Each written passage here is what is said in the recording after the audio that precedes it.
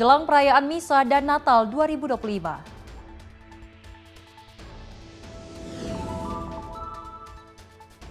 Arus mudik libur Nataru 2025.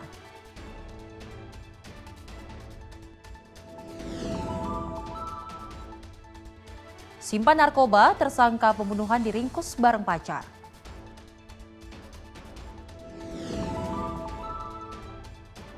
Seratus Babinsa salurkan 10 ton bantuan ke wilayah terpencil Bener Meriah.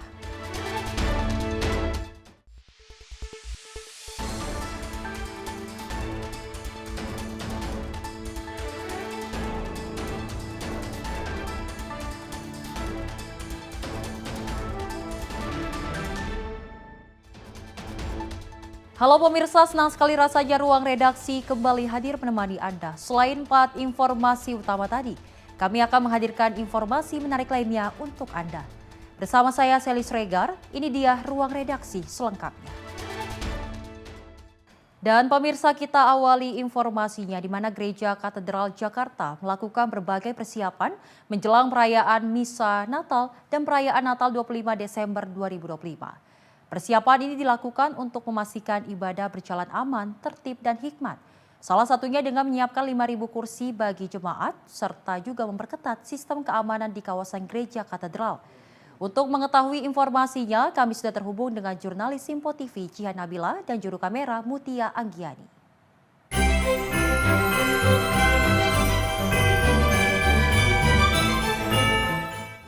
Ya baik Sally dan juga pemirsa Simpo TV, selamat sore. Memang untuk persiapan perayaan Misa Natal dan juga perayaan Natal tahun 2025 di Gereja Katedral ini memang sudah dilakukan sejak beberapa hari yang lalu. Dan memang kalau kita ketahui bahwa sejak pagi pantauan kami memang pengamanan ini juga turut dilakukan oleh personel gabungan baik dari petugas keamanan internal dari Gereja Katedral atau PAMDAL, kemudian juga dari personel kepolisian dan juga petugas keamanan lainnya juga turut disiagakan untuk melakukan pengamanan ataupun keamanan di sekitar wilayah ataupun Gereja Katedral. Dan kita ketahui juga bahwa pemirsa bahwa untuk tema Natal 2025 ini mengangkat yakni Allah hadir untuk menyelamatkan keluarga, di mana memang tema ini sendiri memang telah diusungkan oleh PGI dan juga KWI yang tentunya ini menekankan bagaimana keluarga ini sebagai tempat mengalami Tuhan, yang tentunya juga untuk tema sendiri ini memiliki makna yang cukup penting begitu ya, di mana para umat ini diajak untuk merenungkan kehadiran Tuhan melalui Yesus Kristus dalam kehidupan keluarga dan juga menjadikan rumah tempat mengalami kasih Tuhan, kemudian persaudaraan dan juga kepedulian. Dan memang untuk pesan Natal tahun 2025 sendiri ini memang sangat relevan dengan kehidupan keluarga begitu ya, kondisi ataupun kondisi masyarakat di Indonesia saat ini, di mana kita ketahui bahwa banyak sekali keluarga yang menghadapi berbagai persoalan dan juga kesulitan hidup. Dan untuk mengetahui bagaimana persiapan di Gereja Katedral untuk perayaan Misa ataupun perayaan Natal tahun 2025, kita juga sudah akan berbincang langsung dengan Humas Keuskupan Agung Jakarta dan juga Gereja Katedral. Ini ada Bu Susi. Selamat sore Bu Susi. Selamat sore Mbak. Oke, Bu Susi, bisa dijelaskan sedikit nggak sini Bu bagaimana persiapan dari perayaan Misa ataupun perayaan Natal di Gereja Katedral itu sendiri? Baik, persiapan yang dilakukan semuanya bertujuan untuk supaya umat nanti bisa beribadah secara khusyuk dan juga bisa nyaman. Dan persiapan sudah dilakukan semuanya sejak beberapa bulan ini dan sudah bisa dilakukan 100% itu pada hari H. Nah, sore ini nanti kami sudah siap untuk melakukan misa sebanyak 2 kali, yaitu misa malam Natal di pukul 17 yang pertama, yang akan dipersembahkan oleh Romo Hani Rudi Harto KSY, kemudian juga Romo Edi Mulyono. Nah, kemudian nanti yang kedua itu akan dilaksanakan di pukul 20.30.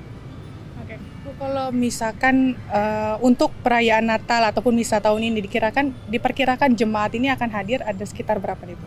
Baik, gereja mencoba untuk bisa memaksimalkan kursi yang bisa daya tampung yang maksimal, yaitu di 5.000 kursi supaya bisa menampung umat, karena untuk kali ini juga seperti tahun lalu, itu misa hanya dilakukan sebanyak 2 kali. Maka antisipasinya supaya bisa menampung, kita menambah yang tahun lalu dari 4.500 menjadi 5.000. Oke, Bu, kalau misalkan untuk dia perayaan Natal ataupun perayaan misa tahun ini tuh ada perbedaan nggak sih Bu dari tahun sebelumnya? Terus tadi juga saya melihat nih ya Bu ya, di halaman depan gereja katedral itu sendiri ada pohon nih Bu ya, yang berbeda dari tahun sebelumnya, yang tentunya tidak ada berwarna hijau ataupun merah, ini berwarna coklat. Ini bisa dijelaskan nggak nih Bu? Baik, tentunya setiap tahun memang memiliki perbedaan-perbedaan, namun secara keseluruhan itu Gereja Katedral memegang komitmen bagaimana bisa untuk mengusung tema tentang daur ulang, kemudian juga mengusung wastra. Jadi segala sesuatu di sudut-sudut ini kita banyak melihat bagaimana kita memanfaatkan daur ulang, kemudian juga dengan kain-kain tradisional ataupun patung-patung tradisional. Nah, salah satunya adalah pohon Natal setinggi 8 meter di depan, itu kali ini itu dilapisi, dihias dengan daur ulang dari karung beras yang diwarna, kemudian juga memakai batok kelapa sebagai ornamen untuk hiasan, yang mana batok kelapa pun merupakan daur ulang. Nah, kalau misalkan warna coklat sendiri ini ada makna khusus sendiri nggak sih Bu? Sebenarnya tidak, tapi mencerminkan saja tentang bagaimana kesederhanaan, kemudian juga bagaimana natural ya. Jadi menyatu dengan alam gitu, karena memang kita mempersiapkan diri untuk menyambut 2026, ya, itu merupakan tahun Ara Dasar Keuskupan Agung Jakarta, di mana tahun kelima dari 5 ajaran sosial gereja, yaitu menjaga keutuhan alam ciptaan. Jadi di sini kita juga mengajak untuk semua pihak untuk bisa bagaimana merenungkan, merefleksikan, dan melaksanakan untuk kita bisa merawat bumi sebagai rumah bersama. Oke Bu, tadi kan Ibu juga menyatakan bahwa dari Gereja Katedral sendiri menyiapkan 5.000 kursi. Nah, ini ada sistem untuk itunya nggak sih Bu, untuk mengantisipasi lonjakan jemaat yang ingin hadir ataupun beribadah secara langsung nih Bu? Tentunya memang kalau di dalam gereja dan juga di lantai 1 Geraha Pemuda itu dilakukan sistem registrasi. Karena ini bagaimanapun juga supaya bisa membuat lebih baik gitu ya, tidak berdesak-desakan. Nah, ini sistem registrasi yang sudah dibuka sejak sebelum tanggal 18 untuk lansia, kemudian tanggal 18 untuk umat dewasa, dan juga kemudian tanggal 20 untuk umat luar. Jadi umat luar pun di luar paroki juga bisa ditampung di sini. Nah, untuk itu penataan seperti itulah yang mungkin paling tidak membantu untuk kelancaran dan keteraturan. Sedangkan di luar dan juga di Geraha lantai 4 itu bebas saat yang datang langsung, begitu. Oke Bu, mungkin terakhir Bu, ada himbauan untuk para jemaat yang ingin merayakan misa Natal nanti malam, kemudian juga nanti pada perayaan Natal besok, ini mungkin ada himbauan dari Gereja Katedral Bu? Baik, untuk umat yang ingin hadir dalam perayaan atau misa Natal, mohon untuk hadir paling tidak kalau sudah mendapatkan registrasi, itu tuh paling lambat 30 menit sebelumnya, sedangkan yang lainnya bisa lebih awal lagi. Kemudian juga bawa barang bawaan secukupnya, tas tidak besar-besar, dan juga untuk bisa dilakukan mungkin diantar jemput lebih baik daripada bawa mobil. Namun titik parkir tetap disediakan, yaitu di Ursula, kantor pos, dan juga Masjid Istiqlal. Dan terowongan akan dibuka di kedua hari, yaitu 24 dan juga 25. Begitu. Oke. Baik, terima kasih banyak Bu Susi. Nah, begitulah Sally dan juga pemirsa Sinpo TV bahwa memang untuk persiapan misa Natal yang nantinya akan dilangsungkan selama 2 kali, yakni pada pukul 17.00 waktu Indonesia Barat dan juga pukul 20.30 waktu Indonesia Barat. Kemudian untuk besok pada tanggal 25 Desember, ini perayaan Natal juga akan dilakukan pada pukul 8 pagi hingga sore nanti, dan tentunya dari pihak Gereja Katedral itu sendiri menyiapkan 5.000 kursi, yakni untuk di dalam Gereja Katedral ini ada 800 kursi, kemudian ada di Geraha Pemuda di lantai 1 ini terdapat 400 kursi yang disediakan, kemudian di Geraha Pemuda di lantai 4 juga akan disediakan 400 kursi, kemudian di halaman katedral ataupun di tenda ini terdapat 2.500 kursi, dan terakhir ini ada di Plaza Maria sebanyak 600 kursi yang disediakan. Dan tentunya memang untuk para jemaat yang ingin beribadah secara langsung di Gereja Katedral, tadi pihak Gereja Katedral juga mengimbau untuk tidak membawa kendaraan begitu, dikarenakan memang bisa kita ketahui kita mengantisipasi terjadinya adanya lonjakan para jemaat yang ingin beribadah secara langsung di Gereja Katedral. Dan demikian, Sally, kami kembalikan ke studio. Gereja Katedral Jakarta telah melakukan berbagai persiapan menjelang perayaan Misa Natal 25 Desember 2025. Salah satunya dengan menyiapkan kapasitas sebanyak 5.000 kursi bagi jemaat yang akan melaksanakan ibadah secara langsung di Gereja Katedral. Menjelang perayaan Misa Natal tahun 2025, Gereja Katedral Jakarta telah melakukan berbagai persiapan. Persiapan tersebut meliputi penyiapan sarana dan prasarana, termasuk menyediakan kapasitas sebanyak 5.000 kursi bagi jemaat yang akan mengikuti ibadah secara langsung di dalam Gereja Katedral. Tidak hanya dari sisi fasilitas, Gereja Katedral juga memperhatikan aspek keamanan dan kenyamanan jemaat. Pengamanan dilakukan secara berlapis dengan melibatkan petugas internal atau PAMDAL Gereja Katedral, serta didukung personil gabungan dari TNI, Polri, dan unsur Forkopimda lainnya yang disiagakan di kawasan Gereja Katedral. Perayaan Natal tahun ini mengusung tema Natal Nasional 2025, yaitu Allah hadir untuk menyelamatkan keluarga. Tema ini menekankan bahwa keluarga menjadi tempat pertama bagi umat untuk mengalami kehadiran Tuhan melalui Yesus Kristus, serta menumbuhkan nilai kasih, persaudaraan, dan kepedulian dalam kehidupan sehari-hari. Rangkaian Misa Natal di Gereja Katedral akan dilaksanakan pada Rabu 24 Desember 2025 dalam 2 kali perayaan. Misa pertama akan digelar pada pukul 17 waktu Indonesia Barat, sementara misa kedua akan dilaksanakan pada pukul 20.30 waktu Indonesia Barat. Untuk menjaga ketertiban dan kelancaran ibadah, Gereja Katedral juga menerapkan sistem registrasi bagi para jemaat. Langkah ini dilakukan untuk mengantisipasi lonjakan jumlah umat yang hadir, sekaligus memastikan perayaan Natal dapat berlangsung dengan aman, tertib, dan juga hikmat.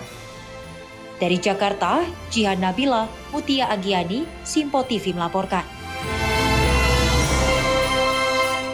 Sementara itu, pemirsa, BMKG mengimbau kepada masyarakat yang beraktivitas di luar ruangan waspada cuaca ekstrim menjelang Natal 2025 dan Tahun Baru 2026. Hujan lebat dan gelombang yang cukup tinggi berpotensi terjadi di sejumlah wilayah Indonesia. Direktur Meteorologi Publik BMKG Andre Ramadhani dalam konferensi pers Jakarta pada Selasa 23 Desember menyampaikan imbauan agar masyarakat tetap waspada menjelang perayaan Natal 2025 dan Tahun Baru 2026. BMKG memperkirakan peningkatan curah hujan seiring aktifnya monsoon Asia juga membawa massa udara basah ke wilayah Indonesia. Sejumlah daerah yang perlu diwaspadai meliputi Sumatera bagian selatan, Jawa, Bali, Nusa Tenggara, Papua Selatan, serta sebagian Sulawesi Selatan dan Maluku. Andre mengingatkan potensi perubahan cuaca dapat terjadi sewaktu-waktu seperti hujan lebat, angin kencang, banjir, longsor, dan juga gelombang tinggi. Masyarakat diminta lebih berhati-hati dalam merencanakan aktivitas terutama perjalanan darat, laut, dan udara, termasuk kegiatan luar ruang seperti ibadah, wisata, dan perayaan malam pergantian tahun. Periode menjelang Nataru minggu ketiga Desember dan juga awal Januari tentunya secara klimatologis ada peningkatan curah hujan dan ini perlu kita waspadai karena menjelang mobilitas tinggi masyarakat pada saat periode Nataru. Kemudian kami juga akan mengupdate terkait siklon tropis maupun bibit-bibit siklon tropis yang saat ini sedang aktif di wilayah Indonesia. Siklon tropis Grand. Nah, ini merupakan perkembangan dari bibit siklon tropis 93S yang pada hari ini menjadi siklon tropis Grand. Nah, namun ini tidak perlu kita risaukan, artinya tetap tenang. Jadi siklon tropis Grand ini arah pergerakannya menjauhi wilayah Indonesia. Jadi dampaknya tidak berpengaruh terhadap kondisi cuaca Indonesia ya. Kemudian bagaimana kita lihat kondisi cuaca di wilayah provinsi terdampak. Jadi dalam sepekan ke depan kami melihat alhamdulillah secara umum kondusif. Kalau dilihat di sini adalah warna hijau. Hijau itu berarti prediksi harian hujannya termasuk hujan ringan. artinya kurang dari 20 mm per hari. Namun perhatikan ada wilayah-wilayah tertentu di Kabupaten Aceh yang pada kategori kuning yaitu sedang, tapi secara kondusif untuk sepekan ke depan untuk di wilayah Aceh. Kemudian kita lihat di wilayah Sumatera Utara juga hampir sama polanya, jadi relatif kondusif dan hanya di wilayah tertentu dan tanggal-tanggal tertentu yang perlu diwaspadai, hujan hingga sedang hingga lebat. Kemudian dan juga di wilayah Sumatera Barat. Secara umum 3 provinsi terdampak alhamdulillah sepekan ke depan kondusif, dan juga ditambah dengan operasi modifikasi cuaca dengan BNPB, BMKG terus untuk memantau dinamika karena cuaca sangat-sangat dinamis. Kita lihat dalam skala jam-jaman apabila terjadi perubahan signifikan maka operasi modifikasinya diaktifkan untuk menurunkan intensitas sehingga proses recovery rehabilitasi di lapangan dapat dengan mudah tidak terkendala oleh cuaca. BMKG juga memantau keberadaan siklon tropis Gren yang juga berpotensi meningkatkan kecepatan angin dan gelombang yang tinggi, khususnya di wilayah selatan Sumatera dan Jawa. Sementara itu hujan ringan masih diperkirakan mengguyur Aceh, Sumatera Utara, dan Sumatera Barat. Dalam sepekan ke depan dengan kondisi cuaca terus dipantau mengingat sifatnya yang dinamis. Tim redaksi Simpo TV melaporkan. Sementara itu, pemirsa, dari Mabes Polri pastikan izin penggunaan kembang api pada perayaan Tahun Baru mendatang tidak akan diberikan. Mengenai teknis razia dan sanksi terkait, Mabes Polri serahkan otoritas kepolisian tiap daerah.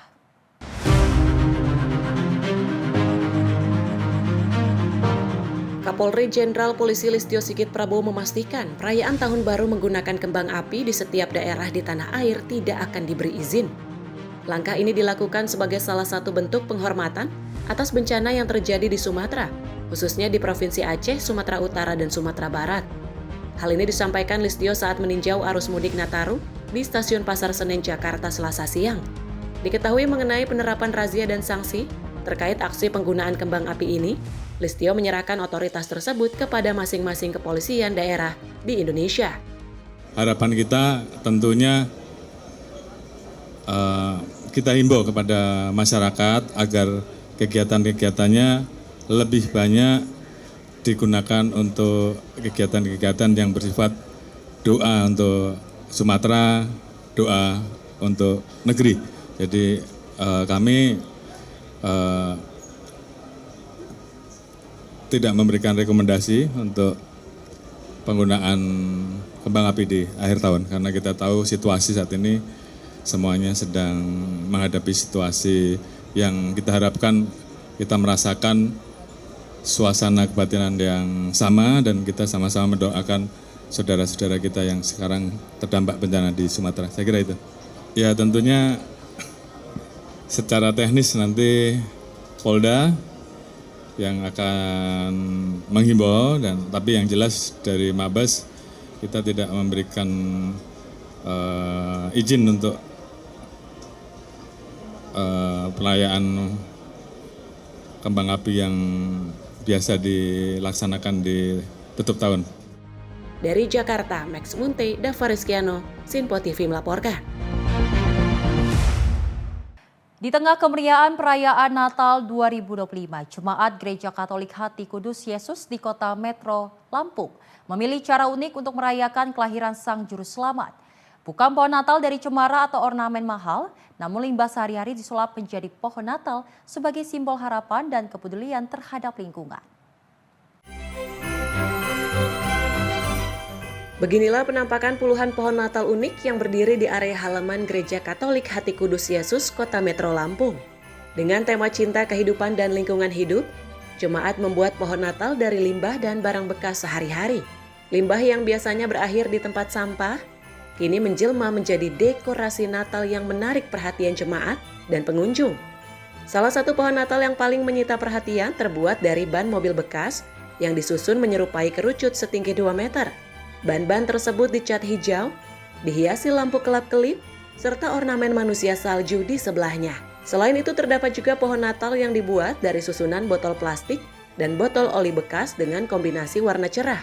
Di sudut lain, susunan sabut kelapa yang lengkap dengan pernak-pernik Natal menambah keindahan suasana perayaan Natal tahun ini. Tak sekedar estetika, setiap pohon Natal dari bahan limbah ini menyimpan pesan kuat tentang cinta lingkungan. Jemaat ingin mengingatkan bahwa perayaan iman juga harus sejalan dengan tanggung jawab menjaga alam ciptaan Tuhan. Sekretariat Gereja Hati Kudus Yesus Kota Metro Rudi Hartanto mengatakan, selama 2 pekan menjelang Natal, jemaat dari berbagai usia bergotong royong membuat total 39 pohon Natal berbahan limbah. Proses pembuatannya menjadi momen kebersamaan, mulai dari mengumpulkan bahan, membersihkan, hingga merangkainya menjadi karya seni. Kemarin tema kita kan memang dari bahan bekas, jadi boleh mau dari bahan bekas logam, kayu, plastik, itu dipersilahkan. Jadi semuanya dari bahan bekas. Ini kalau seperti ini kan dari karet bekas ban, terus di sebelah ini dari botol plastik, dan di sana ada yang dari bekas kayu olahan mebel. Jadi memang karena tema kita tahun ini di tahun 2026 itu tahun cinta kehidupan dan lingkungan hidup, itu dari Keuskupan Tanjung Karang.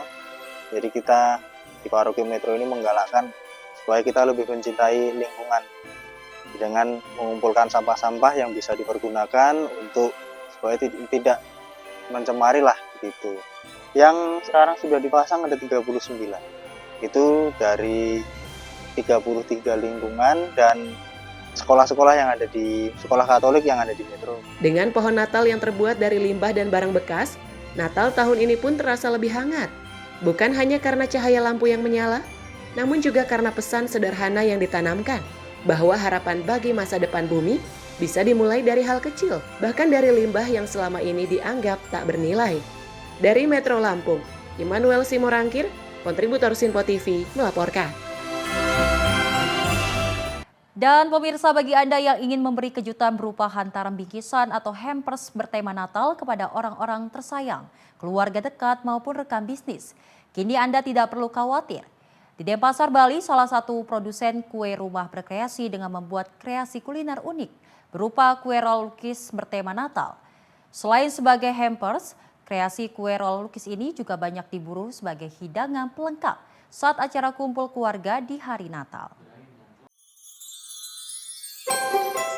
Inilah kreasi kue roll lukis dari salah satu pembuat kue rumahan di kawasan Denpasar, Bali yang jadi buruan jelang Hari Raya Natal. Meski pemesanan telah dibuka sejak sebulan lalu, mendekati perayaan Natal, permintaan konsumen justru semakin membludak. Di sisi lain, produksi kreasi kue ini dibatasi hanya 20 kue per hari. Karena melukis di atas kue tidaklah semudah melukis di atas kanvas atau media lainnya, yang digunakan melukis di atas sajian kue roll bukanlah cat, melainkan campuran adonan kue dengan tambahan sedikit pewarna khusus makanan. Proses melukis sekaligus mewarnai terlebih dulu dilakukan di atas kertas khusus. Selain harus memiliki jiwa seni, membuat kreasi kue satu ini juga harus dilakukan secara hati-hati. Karena jika melakukan kesalahan pembuatan sketsa animasi atau pewarnaan, secara otomatis tidak bisa dilukis kembali. Karena bertema Natal, hiasan animasinya pun harus tematik, salah satunya Santa Claus. Usai melukis Santa Claus, lukisan kue dimasukkan ke dalam oven selama 4 menit, dengan suhu sekitar 170 derajat Celcius. Setelah selesai di oven, lukisan kue ditaruh di atas loyang untuk selanjutnya dituangkan adonan kue dan kembali di oven selama 20 menit pada suhu 180 derajat Celcius. Setelah matang, dinginkan kue terlebih dahulu, lalu dicampurkan keju parut dan buttercream untuk selanjutnya digulung. Berkat sentuhan tangan sang ahli kue roll yang semula terlihat biasa kini menjadi luar biasa. Tambahan box cantik membuat hampers unik ini dijual di kisaran harga ratusan ribu rupiah.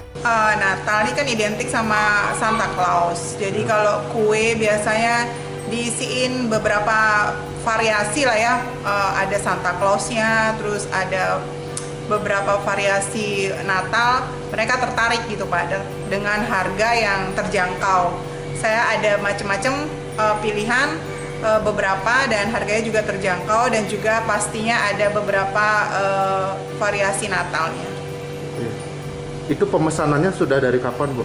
Kita buka PO udah 1 bulan, sudah dari bulan November dan sampai saat ini juga masih bisa order. Ya, sampai berapa hari jelang Natal ini, Bu? Sampai 24 Desember. Itu full terus bookingannya, Bu ya? Kita saat ini setiap hari udah full, jadi yang masih ready mungkin tanggal 24, Pak.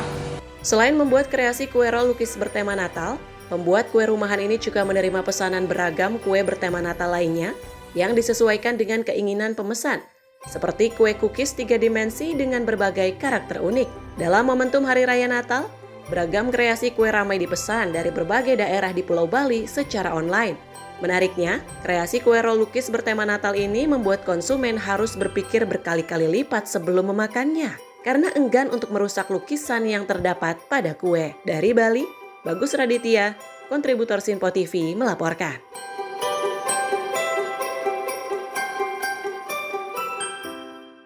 Jelang perayaan Natal dan Tahun Baru 2025-2026, pengurus Gereja Katedral Jakarta Pusat pada Selasa 23 Desember 2025 terus mematangkan sejumlah persiapan. Di antaranya dengan memasang tenda dan menyiapkan 5.000 kursi di halaman luar. Selain itu, pengamanan gereja juga diperketat dengan disiagakannya aparat kepolisian dan kendaraan taktis.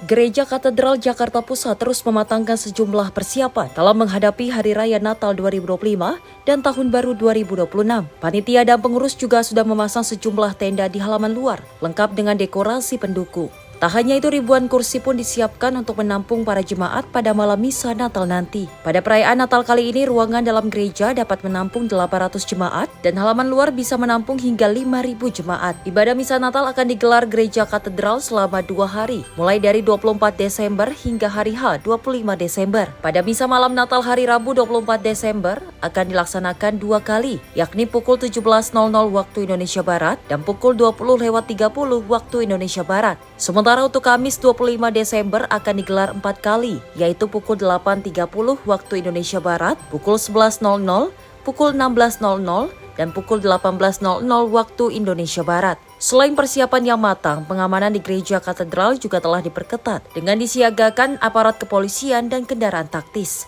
Dari Jakarta, jurnalis Sinpo TV melaporkan. Pemirsa, informasi selanjutnya terkait arus mudik libur Nataru 2025. Informasinya usai jeda, tetap bersama kami di Ruang Redaksi.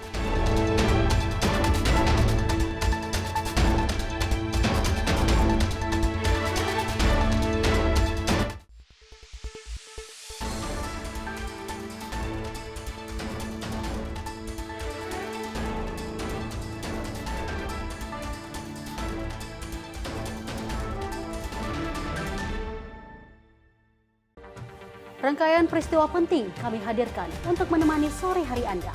Regulasi penyiaran yang dinilai peringatan Bastille Day di Play. Pramono menegaskan Pemprov DKI dalam keadaan selamat di atas. Mengabarkan berita yang relevan dengan kondisi hari ini sebagai rujukan informasi menjelang malam tiba. Yang menyelundupkan kokain yang Menteri Pertanian menyampaikan tindak pidana perampokan dan pembunuhan. Lakukan langkah pengawasan secara langsung. Jangan lewatkan dalam Menyapa Indonesia Petang. Setiap hari hanya di Sinpo TV.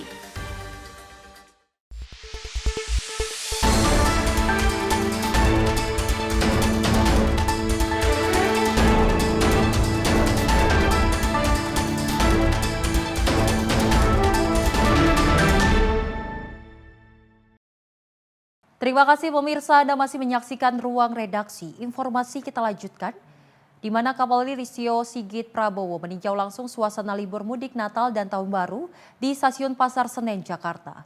Dirinya memastikan penanganan keamanan dan keselamatan siap melayani masyarakat di tengah Nataru kali ini.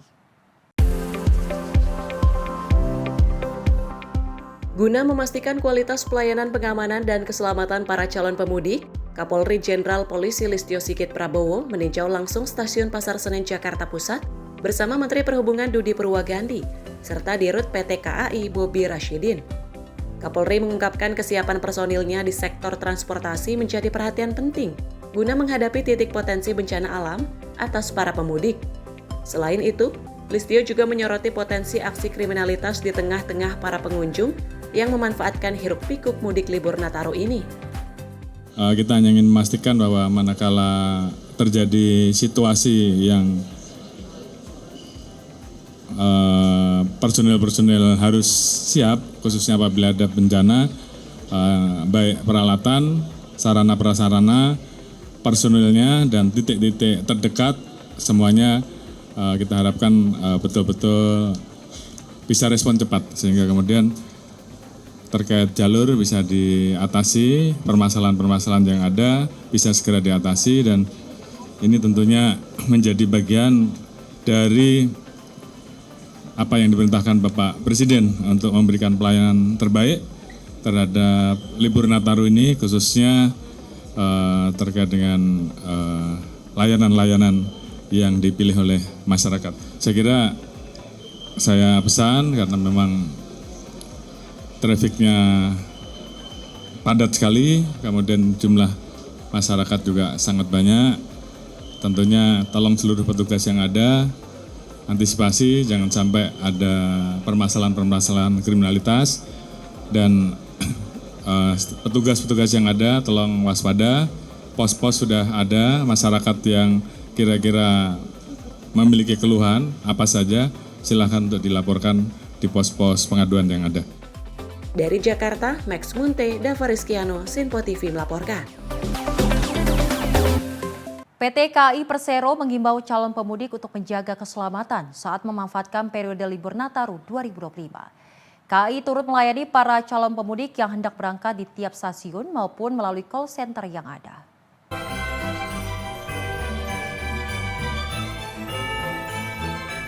Vice President Public Relation PT KAI Anne Purba mengimbau seluruh masyarakat yang hendak berpergian menggunakan moda transportasi untuk selalu mematuhi setiap aturan yang berlaku serta menjaga barang bawaan dan juga keselamatan diri. Baik destinasi yang menjadi favorit, Anne berharap calon pemudik untuk membawa botol minuman sendiri untuk mengurangi penggunaan sampah plastik selama periode mudik kali ini. Masyarakat juga dipastikan dapat mengisi ulang air minuman, di mana dari KAI sendiri telah menyediakan layanan isi ulang air minum di setiap stasiun bagi para calon pemudik. Hal ini disampaikan Anne saat memantau perkembangan lalu lintas pemudik yang berangkat dari stasiun Pasar Senen, Jakarta pada Selasa siang.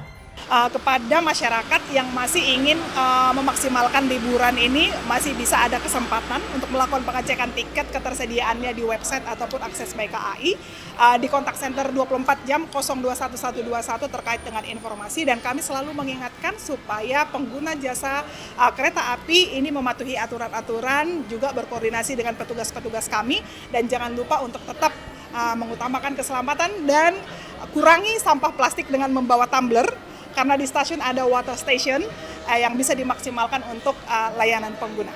Dari Jakarta, Max Munte, Dava Rizkiano, Sinpo TV melaporkan. Sementara itu, pemirsa, PT KAI Persero mengatakan Provinsi Jawa Tengah menjadi tujuan favorit para pemudik dengan salah satu kota tujuan Semarang. Selain Jawa Tengah, Provinsi Jawa Timur juga turut menjadi destinasi favorit masyarakat yang berangkat dari stasiun Pasar Senen, Jakarta.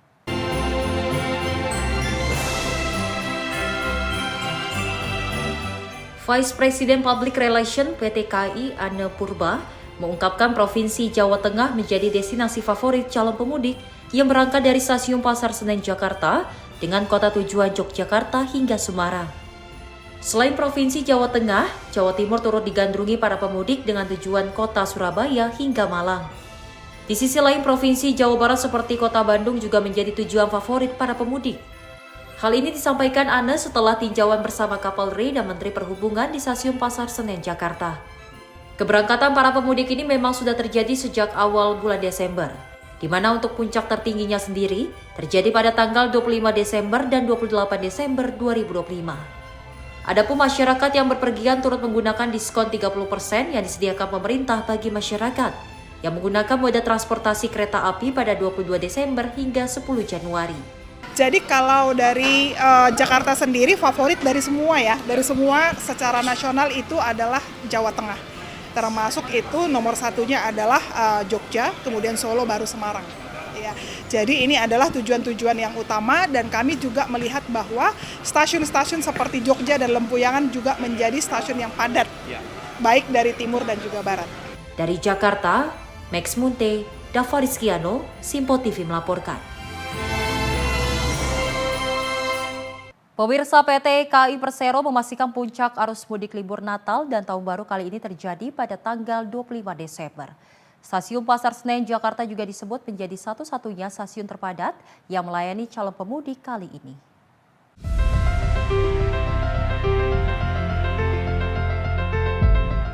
Vice President Public Relation PT KAI Anne Purba mengungkapkan total 2,7 juta tiket kereta api telah terjual dengan tingkat okupansi tempat duduk 85%. Tanggal 25 Desember disebut menjadi puncak tertinggi arus mudik Nataru 2025 dengan prediksi 200.000 penumpang dari stasiun Pasar Senen, Jakarta Pusat. Selain itu, tanggal 28 Desember juga turut diproyeksi tertinggi. Sedangkan setelah tahun baru, PT KAI memproyeksikan tanggal 2 Januari menjadi titik puncak arus balik. Hal ini disampaikan ada setelah tinjauan bersama Kapolri dan Menteri Perhubungan di stasiun Pasar Senen, Jakarta. Ana menerangkan sejauh ini dengan tingkat okupansi yang tinggi tersebut, stasiun Pasar Senen, Jakarta menjadi satu-satunya stasiun yang paling sibuk untuk menerima dan menghantarkan para calon pemudik dari ke kota Pulau Jawa. Adapun diskon 30% yang disediakan pemerintah bagi masyarakat yang menggunakan moda transportasi kereta api pada 22 Desember hingga 10 Januari.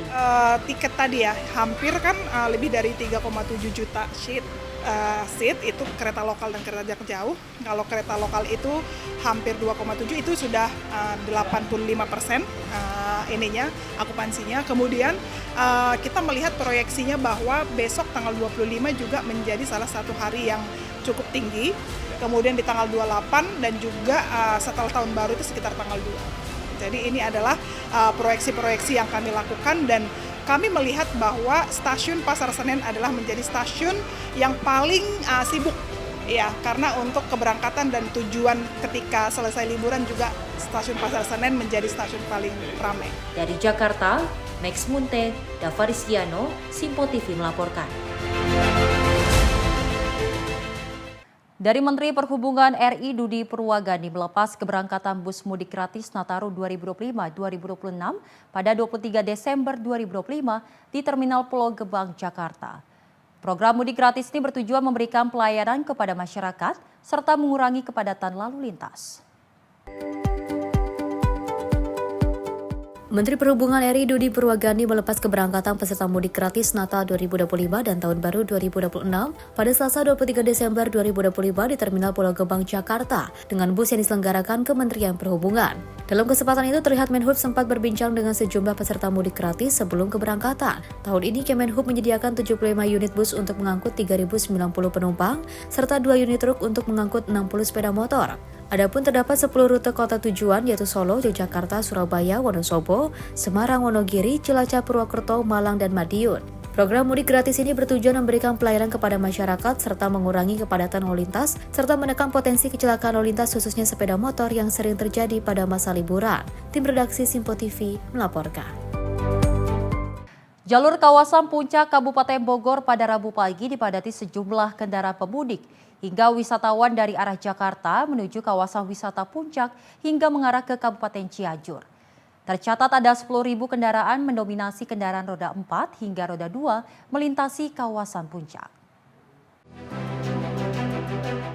Diprediksi puncak arus mudik menjelang Natal hingga peningkatan wisatawan yang melintasi jalur kawasan Puncak Kabupaten Bogor akan terjadi pada Rabu pagi hingga malam hari. Tercatat pada Rabu pagi jumlah kendaraan pemudik hingga wisatawan yang melintasi jalur kawasan Puncak Bogor sebanyak 10.000 kendaraan, mendominasi kendaraan roda 2 dan roda 4. Antrian kendaraan pun terjadi dari gerbang tol Ciawi menuju kawasan Puncak, tepatnya di persimpangan Gadog. Meski terjadi peningkatan volume kendaraan, Kepolisian Satlantas Polres Bogor masih memberlakukan arus normal di kedua arah di jalur Puncak. Persiapan rekayasa one way pun akan diberlakukan secara situasional pada Rabu siang bila antrian kendaraan terjadi di sejumlah titik di jalur kawasan Puncak. Baik, selamat pagi. Saya dari Satlantas Polres Bogor menyampaikan situasi arus lalu lintas sampai dengan pagi hari ini.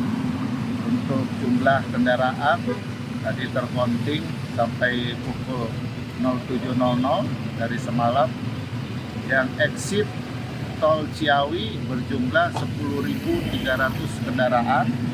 Untuk kendaraan yang keluar dari Puncak masuk ke Ciawi tercounting 9.130. Saat ini arus lalu lintas terpantau ramai lancar.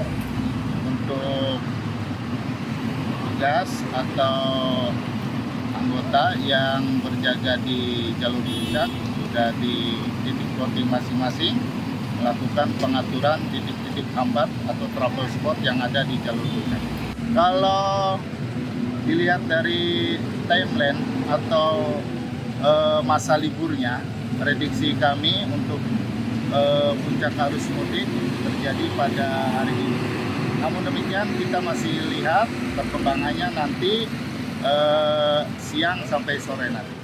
Selama libur panjang Nataru, Kepolisian Polres Bogor mengerahkan personil gabungan sebanyak 600 anggota yang disebar ke beberapa titik yang berada di kawasan Puncak. Rekayasa lalu lintas pun akan digelar di kawasan Puncak seperti one way hingga ganjil genap secara situasional. Dari Bogor, kontributor Simpo TV melaporkan. Dari Kapolri Jenderal Polisi Listio Sigit Prabowo meninjau langsung pos Comment Center Jasa Marga di Jati Asih, Bekasi, Jawa Barat. Peninjauan dilakukan untuk memastikan kesiapan pengamanan dan pelayanan arus mudik Natal 2025 dan Tahun Baru 2026 agar berjalan aman dan juga nyaman. Dalam peninjauannya, Kapolri Jenderal Polisi Listio Sigit Prabowo mengecek langsung kesiapan pos terpadu serta sarana dan prasarana yang digunakan untuk mengantisipasi potensi gangguan selama arus mudik dan balik Nataru. Comment Center Jasa Marga dilengkapi berbagai peralatan pemantauan, mulai dari kamera pengawas jalan tol, sistem etle, hingga drone untuk memantau kondisi lalu lintas dan pelanggaran di jalur tol. Listio menyebut, melalui Comment Center, petugas dapat memantau kondisi lalu lintas di seluruh jalur tol se-Indonesia, termasuk jalur di Jawa Barat, Jawa Tengah, Jawa Timur, hingga wilayah yang terdampak bencana. Menurut Listio, langkah ini merupakan tindak lanjut arahan Presiden Prabowo Subianto agar pelayanan mudik dan perayaan akhir tahun dapat berjalan optimal. Melaksanakan pengecekan tentang kesiapan dari pos terpadu, di mana disiapkan berbagai macam peralatan-peralatan yang digunakan untuk menghadapi situasi-situasi yang tidak kita inginkan. Misalkan peralatan untuk mengantisipasi ataupun menghadapi apabila terjadi laka, kemudian juga ada peralatan yang digunakan untuk mengecek kondisi jalan, termasuk juga tadi ada drone yang bisa digunakan untuk capture pelanggaran yang terjadi dengan sistem etle. Kemudian tadi di dalam juga kita bisa mengecek tentang kondisi terakhir dari seluruh jalur tol yang ada di Indonesia, baik yang ada di Jawa Tengah, kemudian yang ada di Jawa Barat, kemudian tadi juga sempat melihat jalur yang sempat terdampak bencana di wilayah Medan. Alhamdulillah jalurnya juga sudah selesai. Tim redaksi Simpo TV melaporkan. Informasi lainnya pemirsa, di mana Polda Maluku bersama jajarannya menyiagakan 3.421 personil gabungan untuk mengamankan perayaan Natal 2025 dan Tahun Baru 2026. Tidak hanya gangguan Kaptimnas, Polda juga menyiagakan personil untuk ancaman bencana alam. Polda Maluku bersama Polresta Ambon Jumat 19 Desember 2025 sore menggelar apel pasukan untuk pengamanan Natal dan Tahun Baru. Apel gabungan bersama instansi terkait ini di bawah Sandi Operasi Lilin Salawaku yang berlangsung di lapangan Tahapari, Tantui, Kota Ambon. Dalam pengamanan Natal dan Tahun Baru ini, Polda Maluku bersama jajaran dibantu TNI serta instansi terkait siagakan sebanyak 3.421 personil. Pengamanan dilakukan pada rumah ibadah, kawasan pelabuhan, bandara, objek vital, kawasan wisata, hingga pusat perbelanjaan dan keramaian warga. Ya, kita akan menurunkan kekuatan gabungan TNI, Polri, pemerintah daerah, dan bahkan didukung oleh organisasi masyarakat. Jumlah total 3.421. Itu bisa bertambah dengan yang standby, yang beroperasi di lapangan. Kekuatan yang standby juga kita siagakan, terutama tentu target kita semua pelaksanaan kegiatan masyarakat, baik ibadah, berlibur maupun aktivitas pergerakan itu berjalan dengan lancar, aman, dan sukses. Ada pos terpadu yang terdiri dari beberapa instansi, pos pengamanan, dan pos pelayanan. Nah, di tempat kita sendiri, gereja-gereja, kemudian transportasi, pusat-pusat aktivitas bisnis, ya, pasar, dan lain sebagainya, dan mungkin konsentrasi masyarakat merayakan Tahun Baru nanti juga akan menjadi perhatian kita semua. Tak hanya terfokus pengamanan gangguan Kamtibmas dan tindak kriminalitas, namun juga ancaman bencana alam. Maluku yang merupakan wilayah kepulauan pada kondisi cuaca saat ini dianggap rawan banjir, tanah longsor, hingga gelombang tinggi bagi pemudik menggunakan angkutan laut. Tim gabungan untuk operasi Lilin 2025 ini diperlukan untuk mengantisipasi bukan cuma gangguan Kamtibmas, tapi juga gangguan mengantisipasi potensi bencana hidroklimatologi, ya, bencana banjir, tinggi gelombang angin dan sebagainya. Karena itu kan berbagai pihak ada dari dinas perhubungan, dari berbagai pihak yang terkait dengan angkutan darat, laut maupun udara. Kita berharap semoga liburan Nataru tahun 2025 ini berjalan dengan lancar, aman dan tertib, dan kita semua berdoa semoga dijauhkan dari musibah dan sebagainya. Selain terpusat di posko-posko pengamanan, juga akan dilakukan secara patroli dan terarah guna situasi Kamtibmas di Maluku tetap terkendali. Dari Ambon, Maluku, jurnalis Sinpo TV melaporkan. Pemirsa, informasi menarik lainnya akan kami hadirkan usai jeda. Tetap bersama kami di Ruang Redaksi.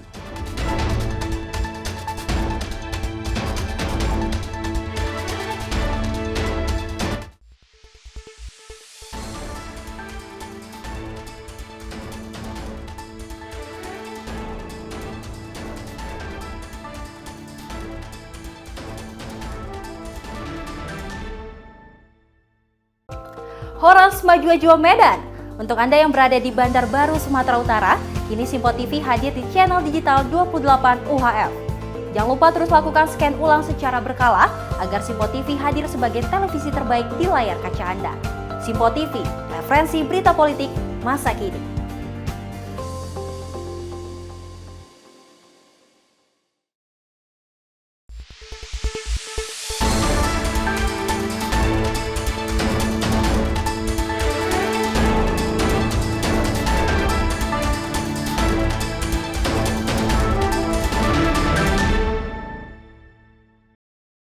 Masih bersama kami pemirsa dalam Ruang Redaksi bersama saya Sally Sregar. Di mana pencurian kendaraan bermotor terjadi di Jalan Kemayoran Gempol, Kelurahan Kebon Kosong, Kecamatan Kemayoran, Jakarta Pusat pada Selasa 22 Desember 2025. Sepeda motor yang diparkir di depan rumah raib dibawa lari oleh pencuri.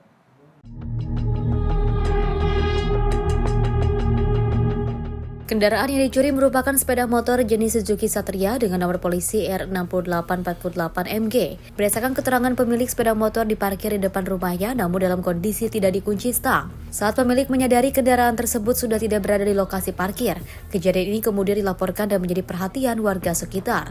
Kasus pencurian kendaraan bermotor ini masih dalam penanganan pihak berwenang. Warga diimbau untuk meningkatkan kewaspadaan terutama saat memarkir kendaraan pada malam hingga dini hari, serta menggunakan pengamanan ganda untuk mencegah tindakan kejahatan serupa. Ulia Hevanisa, tim redaksi Sinpo TV melaporkan.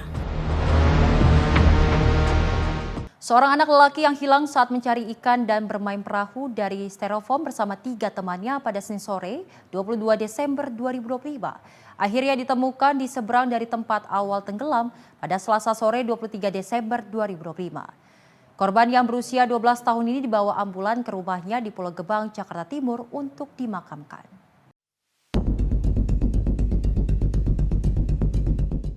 Inilah video amatir saat petugas Badan Air Cakung mengevakuasi seorang anak yang tewas tenggelam di Kali Bajir Kanal Timur BKT Pulau Gebang Cakung, Jakarta Timur pada Selasa sore 23 Desember 2025.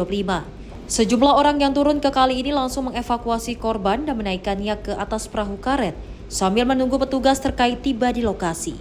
Selanjutnya korban dievakuasi ke mobil ambulans untuk dibawa ke rumah korban di wilayah Pulau Gebang, Jakarta Timur.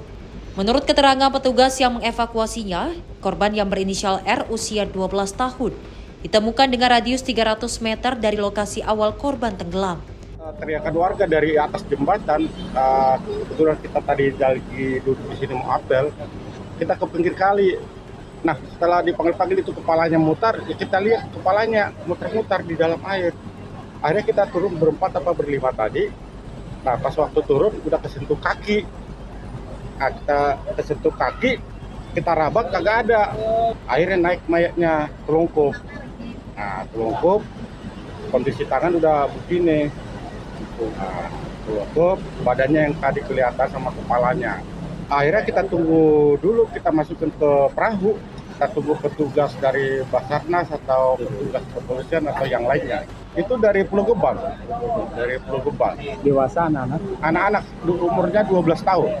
Kalau tenggelamnya kalau tak salah kemarin. Berinisial R usia 12 tahun dikabarkan hilang tenggelam pada Senin sore saat mencari ikan dan bermain perahu dari styrofoam bersama 3 temannya pada Senin kemarin sore. Dari Jakarta, jurnalis Simpo TV melaporkan. Eskavator milik Dinas Pekerjaan Umum dan Penataan Ruang Provinsi Banten terguling saat melakukan normalisasi sungai di kawasan Banten Lama, Kota Serang.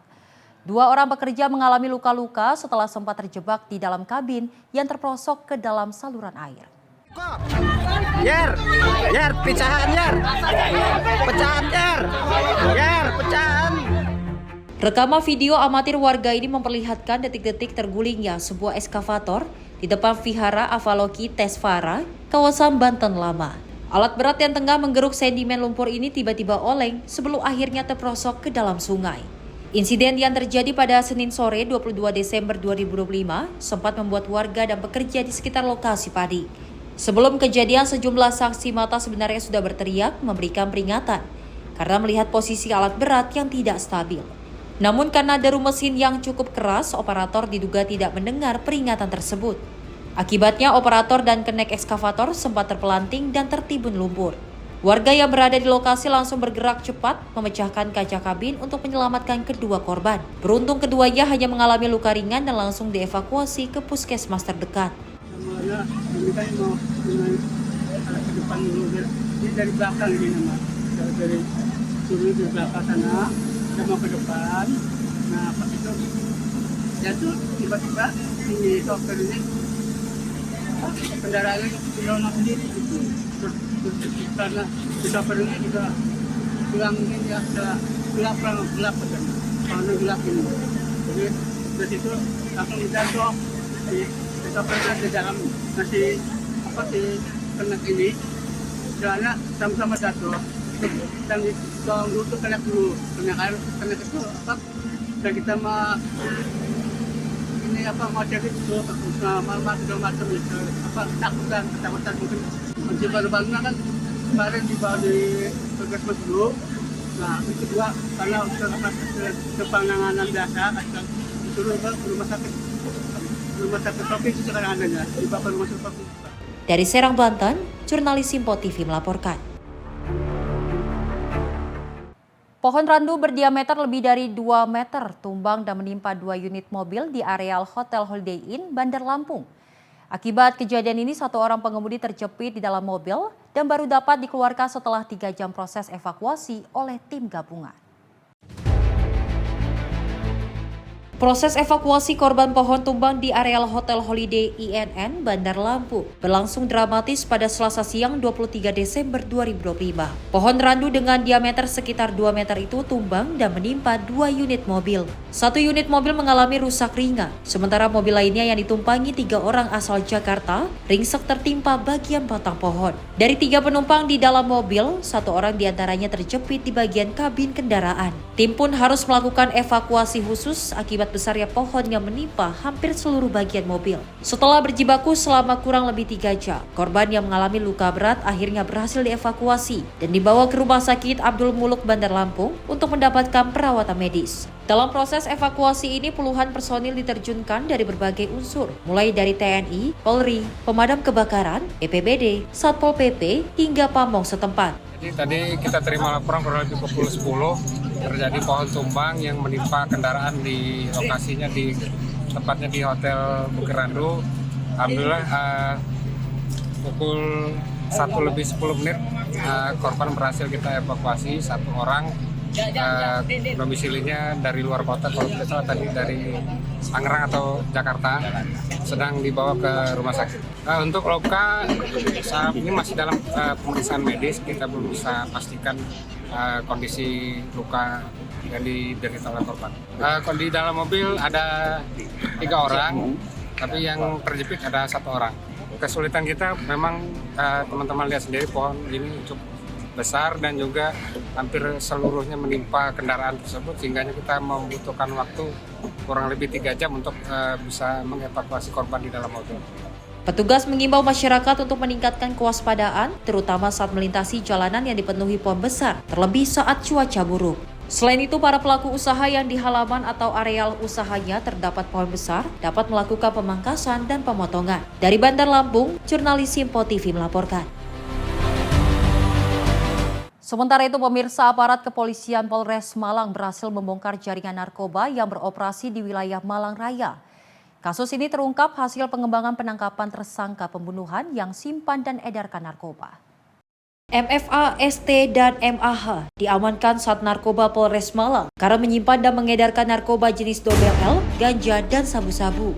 Menurut polisi, penggeledahan dan penangkapan para tersangka di rumah kontrakan di Desa Lumbang Sari, Bulu Lawang ditemukan berbagai jenis narkoba, yakni 20.000 pil double L, sabu 3 gram, dan ganja 10 gram. Polisi menduga kasus narkoba ini merupakan jaringan lama karena MAH merupakan residivis kasus serupa. Untuk 2 tersangka utama itu ada 2 orang yang kami amankan. Yang pertama, MFA itu dia kuda atau kurirnya dia yang naruh-naruh barang. Kemudian yang satunya adalah pacar si MFA ini. Dia perannya dititipi barang oleh si MFA. Perannya itu Reja, itu yang perempuan. Kedapatan dia membawa barang narkoba juga. Kalau dugaan sementara ini ya jaringan lama karena pelaku utama ini merupakan residivis. Kasus narkoba juga dulunya. Tapi yang 2 tersangka yang lainnya belum pernah. Para tersangka dijerat pasal 114, 111, 112 dengan ancaman 17 tahun penjara. Sebelumnya, MAH merupakan tersangka pembunuhan rekannya yang melarikan diri ke rumah kontrakan. Saat digeledah, polisi temukan barang bukti narkoba. Dari Malang, Jawa Timur, jurnalis Simpo TV melaporkan.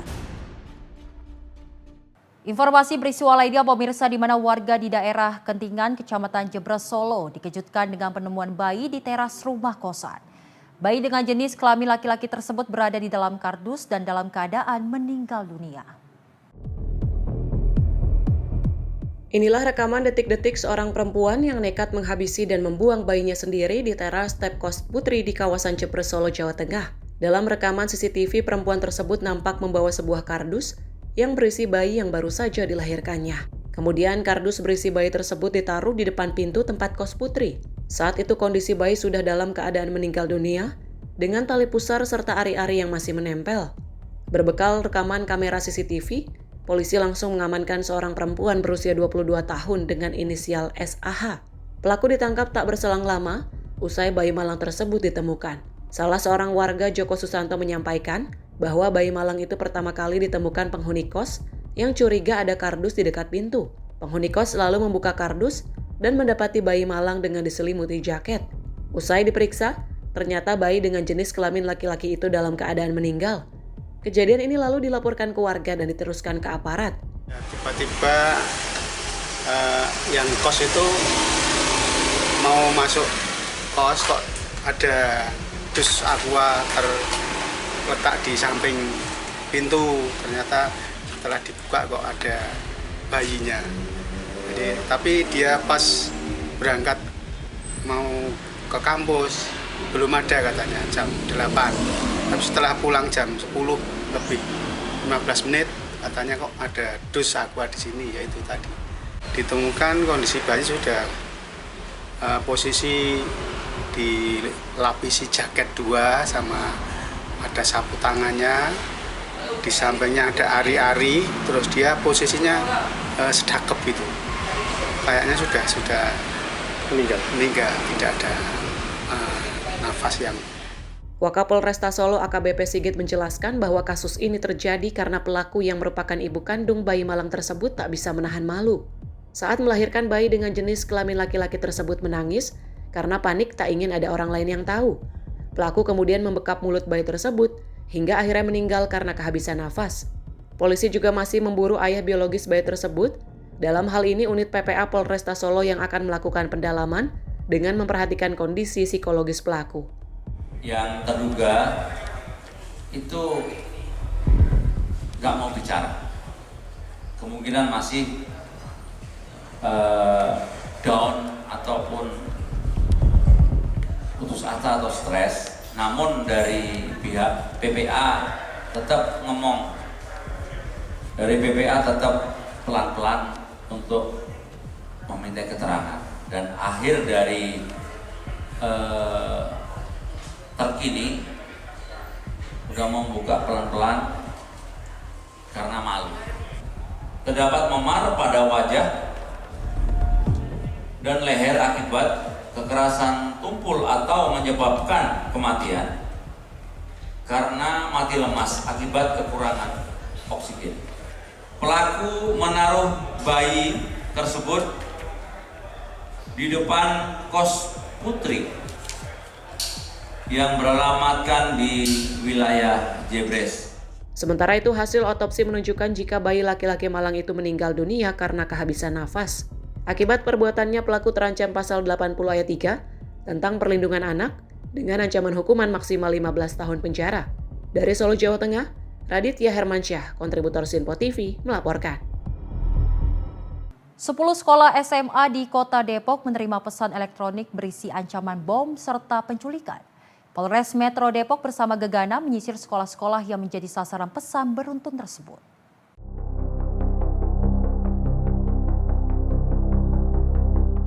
Personel Polres Metro Depok bersama Gegana Brimob menyisir sekolah-sekolah yang menjadi sasaran teror pesan berantai. Satu persatu ruangan diperiksa dengan menggunakan metal detector. Adapun data sekolah yang disebut pelaku yakni SMA Ar-Rahman, SMA Al-Mawadah, SMA 4 Depok, SMA PGRI 1, SMA Bintara Depok, SMA Budi Bakti, SMA Cakrabuana, SMA 7 Sawangan, SMA Narur Rahman, dan SMA 6 Depok. Kepala Sekolah SMA PGRI 1 Nina Marliana pesan tersebut dikirimkan ke email sekolah sekitar Selasa dini hari.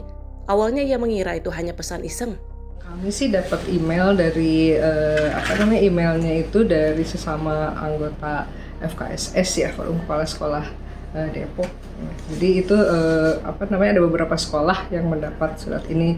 Kami pikir itu tadi sekedar hoaks gitu ya, tapi barusan dari tim kepolisian sudah cepat tanggap, datang ke sini semuanya lengkap, ada tim. Tadi saya lihat ada dari Gegana, ada Inavis, dari terus motor tuh Perintis ya Pak ya.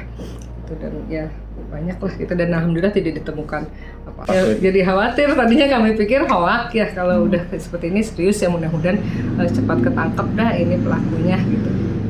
Masuk penyebabnya apa gitu. Tadi pagi ada aktivitas bagi rapot kami. Akan menculik, menaruh bom. Sementara Kasih Humas Polres Metro Depok AKP Made Budi menjelaskan ada sekitar 10 sekolah yang menerima email. Dalam pesan itu, sang pengirim yang mengaku bernama Kamila Hamdi mengaku marah dan kecewa dengan sistem pendidikan di Kota Depok, serta kepolisian yang tidak menanggapi laporannya atas kasus dugaan pemerkosaan. Hari ini kita menerima informasi bahwa memang ada ancaman dari seseorang yang mengaku dengan menggunakan akun inisial K, seorang perempuan, di mana email tersebut ditujukan ke 10 sekolah yang ada di Kota Depok. Setelah menerima informasi tersebut dari Polres Metro Depok, khususnya pihak Reskrim, melakukan pengecekan, melakukan penyidikan terhadap ancaman teror tersebut, dan sudah dilakukan pengecekan oleh tim Jibom ataupun tim Gegana dari Kelapa II. Namun dari 10 sekolah yang diancam oleh terduga pelaku, 6 sekolah sudah kami lakukan pengecekan, dan sisanya 4 sekolah lainnya masih dalam proses. Sudah dilakukan pengecekan, namun tidak ada benda ataupun barang yang diketahui menyerupai bom ataupun benda membahayakan, tidak ada. Untuk itu terus kami lakukan pengecekan untuk keempat sekolah lainnya. Pesan berantai tersebut dikirim oleh kalutfiahamdi@gmail.com. Pesan tersebut berisi ancaman teror bom serta akan melakukan penculikan siswa serta menebar narkoba di lingkungan sekolah. Dalam email itu juga pengirim menyebutkan nama serta alamat rumah, Polisi sudah mendatangi alamat yang tertera dan masih mendalami apakah pengirim adalah sesuai nama yang tertera atau seseorang yang mencuri identitas orang lain. Dari Depok, Jawa Barat, Muhammad Iswanto, kontributor Sinpo TV melaporkan. Pemirsa, aksi komplotan pencurian sepeda motor bersenjata api terekam kamera CCTV di Jalan Rohimin nomor 82, Grogol Utara, Jakarta Selatan. Dalam aksinya, seorang pelaku menodongkan senjata api ke pria parubaya.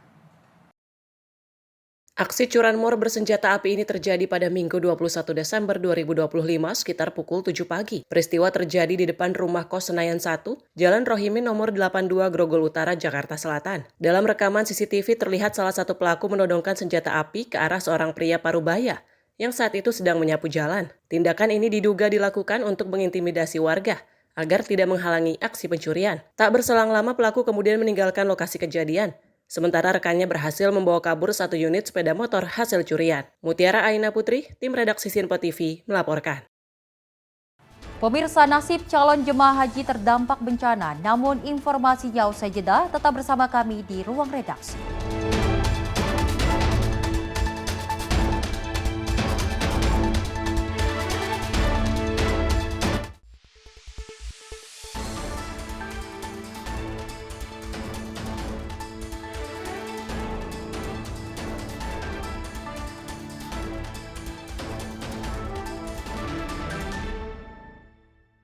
Apa saja peristiwa terhangatnya akan menemani Anda di waktu istirahat siang? Penting dengan Perdana Menteri Malaysia Anwar Ibrahim. Polisi menyita barang bukti dan beroperasi di Terminal 1B. Ia menyebut GBN bukan sekedar pameran. Beragam isu dan kejadian yang sedang menjadi sorotan kami sajikan secara aktual dan terpilih. Dan Wakil Ketua DPR RI Dasko. Ke masyarakat Sebelumnya sebuah portal secara serentak. Jangan lewatkan Menyapa Indonesia Siang setiap Senin hingga Jumat hanya di Sinpo TV.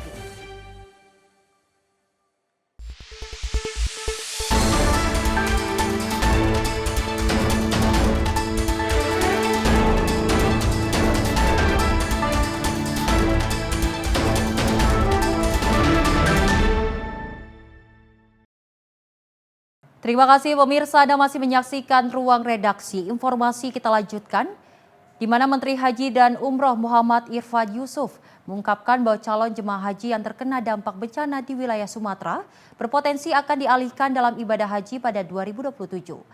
Hal itu dilakukan mengingat serapan pelunasan biaya calon jemaah haji asal 3 wilayah tersebut belum optimal. Bencana alam yang melanda sejumlah daerah dinilai berpotensi mengganggu jadwal penyelenggaraan ibadah haji tahun 2026. Terdapat sekitar 20.000 calon jemaah dari Aceh, Sumatera Utara, Sumatera Barat belum melakukan pelunasan biaya haji. Oleh karena itu, Menteri Haji dan Umroh Muhammad Irfan Yusuf mengatakan, para calon jemaah tersebut akan diundur keberangkatannya pada tahun 2027 mendatang. Nantinya calon jemaah yang diundur ini akan diberikan kepada provinsi lain untuk diberangkatkan pada tahun 2026. Untuk 3 lokasi itu sekitar 20 ribuan mungkin. Rata-rata 5 ribuan dan 5 ribuan ya 17 ribuan lah ya. Kurang. Nah, kemudian Sumatera Barat sudah 60 sekian persen, Sumatera Utara 60%, Aceh baru 50 sekian persen. Nah, ini 51%. Jadi ya itu yang kita khawatir, tapi kita tetap berupaya untuk bisa sesuai jadwal. Tapi kalau toh nanti pada saatnya jadwal tidak terpenuhi, kita berterima kasih, Komisi 8 sudah memberikan peluang payung hukumnya untuk bisa kita melakukan kebijakan yang berbeda lagi nanti. Saya kira itu. Terima kasih. Dampak itu nantinya apa jemaahnya itu akan dilaksanakan di 2027 atau gimana Pak? Tergantung situasi nanti. Yang jelas yang pertama ini pelunasannya kita undur sesuai dengan situasi. Kalau toh nanti sampai pada hari tertentu pelunasan belum bisa terlunasi, tentu ada kemungkinan kita oper ke provinsi lain dan mereka akan dipersiapkan untuk 2027 nanti. Ya. Saya kira itu ya. Di Jakarta, Fahrizal Ahmad Amin, Sinpo TV melaporkan. Komisi 8 DPR menggelar rapat bersama Menteri Haji dan Umroh Muhammad Irfan Yusuf di Kompleks Parlemen Senayan, Jakarta pada Selasa siang. Rapat tersebut membahas sejumlah penyelenggaraan persiapan ibadah haji 2026 mendatang.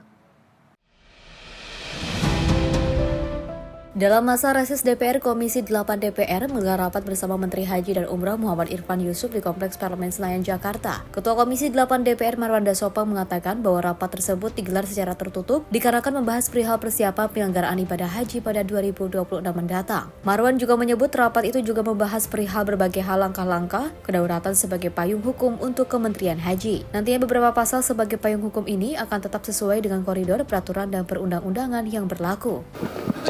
Jadwal itu mulai dari tahap pelunasan, kemudian penetapan istitoah, kemudian ada terjadi berbagai hal di penjuru, paling tidak ada 3 provinsi. Ini tentu mengakibatkan tantangan buat kita. Karena itu kami butuh memberikan payung hukum untuk Menteri Haji mengambil langkah-langkah, tapi tetap sesuai dengan peraturan dan perundang-undangan. Umpamanya karena terjadi bencana tidak terserap kuotanya, terus kuota itu diletakkan kemana? Harus ada payung hukumnya. Kemudian pengelompokan jamaah juga penting karena kita butuh batas waktu.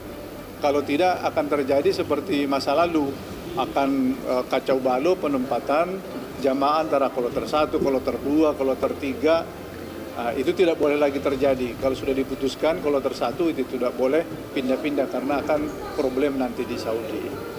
Kami sudah mendapatkan komitmen dari Menteri Haji bahwa jadwal ini akan dilaksanakan dengan baik, sesuai. Namun demikian Komisi 8 masih memberi ruang bagi Menteri Haji apabila tidak bisa dilakukan dan tidak bisa dikerjakan sesuai jadwal, masih memungkinkan dikasih satu pasal untuk mengambil langkah-langkah kedaruratan, tapi tetap koridor sesuai dengan peraturan dan perundang-undangan. Dari Jakarta, Fahrizal Abar Amin, Simpo TV melaporkan. Pemerintah mempercepat pemulihan akses darat di wilayah Sumatera pasca bencana. Beberapa daerah bahkan telah pulih 100%, sementara titik kritis masih menjadi fokus perbaikan.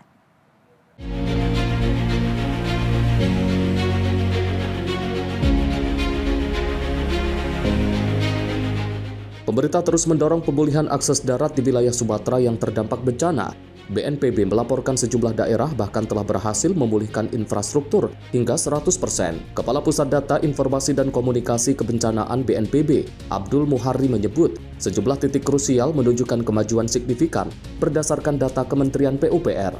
Pemulihan sektor darat difokuskan pada perbaikan jalan dan jembatan yang sempat terputus. Di Kabupaten Biren, Aceh, beberapa titik infrastruktur dilaporkan telah rampung sepenuhnya. Namun tantangan masih dihadapi di Kabupaten Bener Meriah dan Aceh Tengah, di mana akses kendaraan roda 4 belum sepenuhnya normal akibat longsor yang masih dalam proses pembersihan. Beberapa titik jembatan di dalam Kabupaten Biren ya sudah 100%. Kemudian ini Kutablang ini jalur timur yang merupakan prioritas penanganan karena menghubungkan antara Banda Aceh dan Medan. Bisa kita lihat bahwa ada beberapa jembatan yang sudah fungsional, Meredu, Tepin Mane, Alukulus, Rongka, Welhi, Lempahan, dan Mengkudu. Ini pada umumnya berada pada jalur penghubung antara Biren dan Bener Meriah. Ini merupakan jalur krusial karena salah satu titik atau ruas jalan yang kita harapkan nanti bisa segera terhubung. Kementerian PU menyampaikan bahwa ini targetnya hampir semua dari titik-titik jalan maupun jembatan ini akan diupayakan selesai tidak lebih dari akhir Desember. Akses jalan ini tahap demi tahap itu bisa terbuka dan kita harapkan pada akhir Desember itu sudah bisa ditempuh baik roda 2 dan roda 4. Tentu saja arus orang, barang, alat berat, logistik dan lain-lain itu akan bisa lancar dan proses pemulihan di awal tahun nanti akan lebih cepat dan signifikan. Selain jalur utama, pemerintah juga mengupayakan pembukaan akses melalui jalur lintas barat dari Nagan Raya menuju Aceh Tengah. Penyelesaian jembatan Kureng Betong menjadi fokus utama dengan progres mencapai 70% dan ditargetkan rampung akhir pekan ini. Percepatan ini dinilai penting untuk melancarkan distribusi logistik dan mendukung pemulihan ekonomi serta sosial masyarakat pada awal 2026. Tim redaksi Simpo TV melaporkan.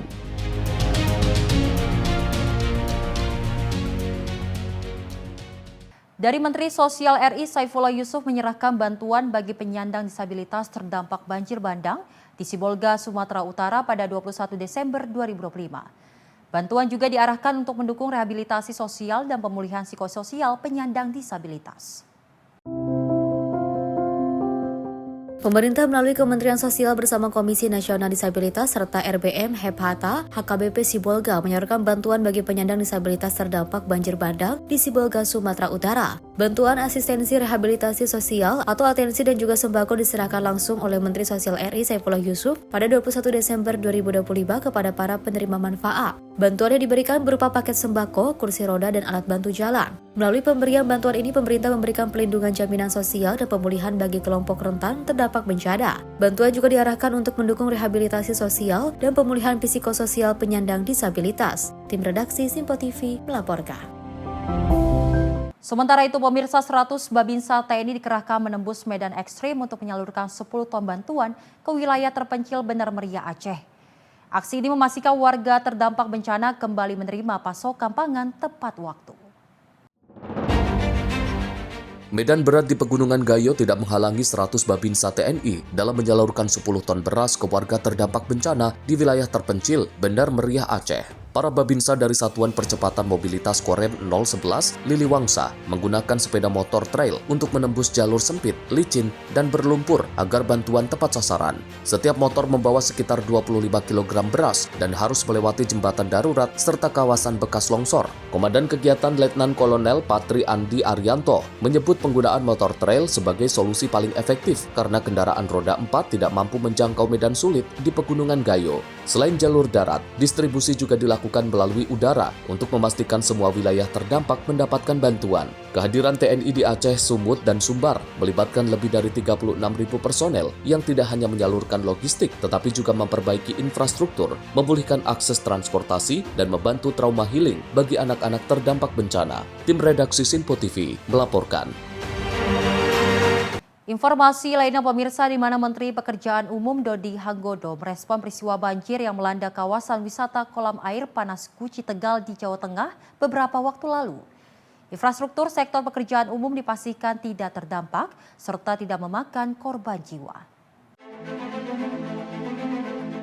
Kementerian Pekerjaan Umum memastikan peristiwa banjir yang melanda kawasan wisata kolam air panas Guci di Tegal, Jawa Tengah tidak mengakibatkan daerah aliran sungai meluap ke jalanan kota tersebut. Hal ini diungkapkan Menteri Pekerjaan Umum Dodi Hanggodo saat meninjau kesiapan jalur untuk periode Nataru di Jawa Timur Minggu petang. Menurutnya, peristiwa banjir yang disebabkan curah hujan tinggi tersebut merusak beberapa pancuran air panas di kawasan wisata tersebut. Usai berkoordinasi dengan Balai Pengelola Jalan serta Balai Besar Wilayah Sungai di Kota Tegal, Dodi menegaskan infrastruktur di sektor pekerjaan umum tidak terdampak serta tidak ada korban jiwa dari peristiwa ini. Lebih lanjut, pihak Badan Penanggulangan Bencana Daerah Jawa Tengah akan menjadi pihak penanganan di kawasan tersebut. Jadi longsor dari atas, kemudian masuk ke saluran sungai, menghantam salah satu tempat pariwisata dan pancuran 13 sekian, kemudian pancurannya habis semua itu.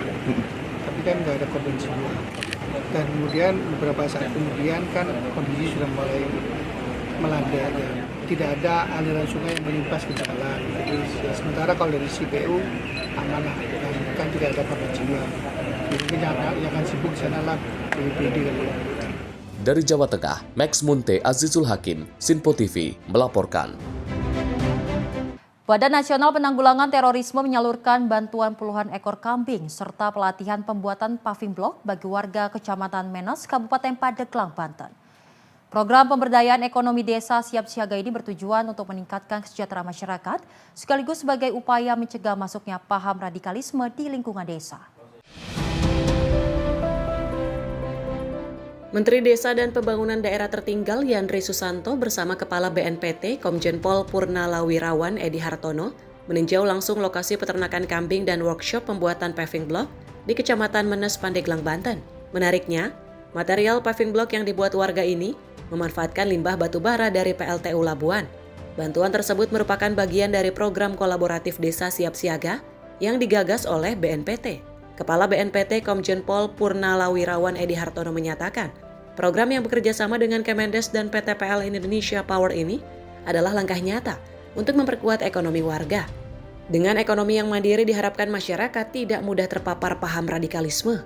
Pelaksanaan sinergi dan kolaborasi antara pemerintah pusat, pemerintah daerah, dan juga dari pihak PT PLN Indonesia Power yang dalam konsep desa siap siaga adalah satunya membangun perekonomian dekat desa.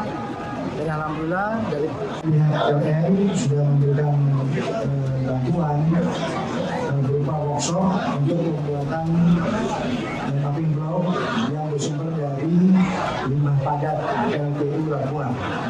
Dan alhamdulillah ini adalah upaya untuk meningkatkan perekonomian dari desa, di mana desa siap siaga ini bertujuan untuk membangun ketahanan komunitas. Artinya tadi sudah kolaborasi antara pemerintah daerah, pemerintah pusat dan PLN untuk mengembangkan kesadaran masyarakat dalam rangka di mana pencegahan terhadap penyebaran paham radikalisme di desa dan juga meningkatkan deteksi dini. Sehingga hari ini hadir Pak Bupati Pandeglang dan juga Kang Joko dan juga tokoh masyarakat Haji Mbai yang sudah lama memberikan edukasi kepada masyarakat tentang penyebaran paham radikalisme, bagaimana bahayanya. Sehingga ini tadi Pak Menteri Desa juga sudah memberikan dukungan untuk juga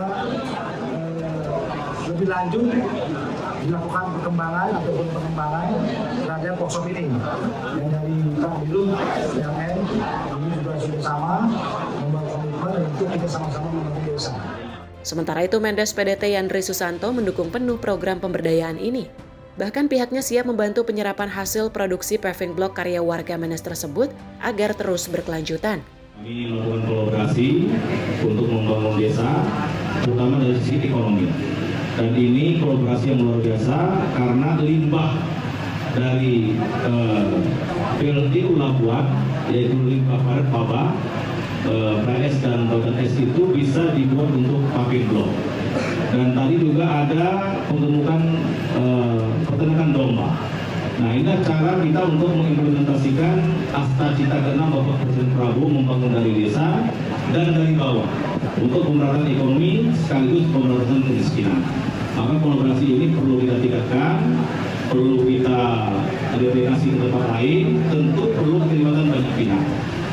Mohon nanti dari hasil paving block ini yang paling penting itu adalah rantai ekonominya. Hasilnya siapa yang beli, siapa yang pakai itu penting. Maka tadi saya sampaikan produk pertama hasil dari kolaborasi ini Pak Mendes yang beli, ya. Dari Pandeglang, Banten, Firman Arif, kontributor Sinpo TV melaporkan. Dan pemirsa, informasi tadi sebagai penutup jumpa kita kali ini dalam Ruang Redaksi. Dan saya Selis Regar mewakili kru yang bertugas pamit undur diri. Terima kasih dan sampai jumpa.